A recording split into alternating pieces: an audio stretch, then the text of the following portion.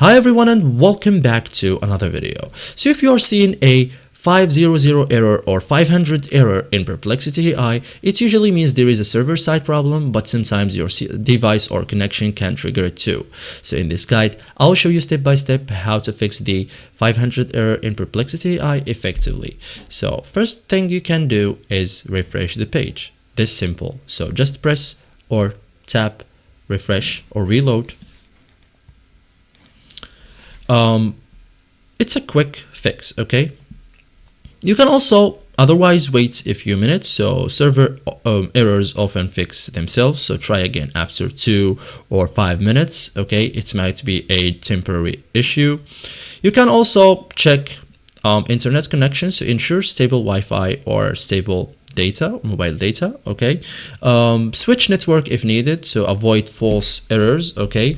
You can also check server status, so if servers are down, 500 error appears, wait until it's resolved, okay? So because it will be, in that case it is an external, okay, external cause, you cannot control it.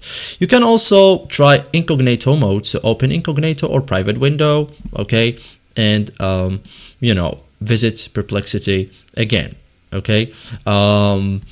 You can also disable extensions if you are using an extension, so turn off ad blockers, VPN extensions, okay, and after that reload the page, okay? It prevents conflict. So thank you guys for watching this video and see you in the next tutorial.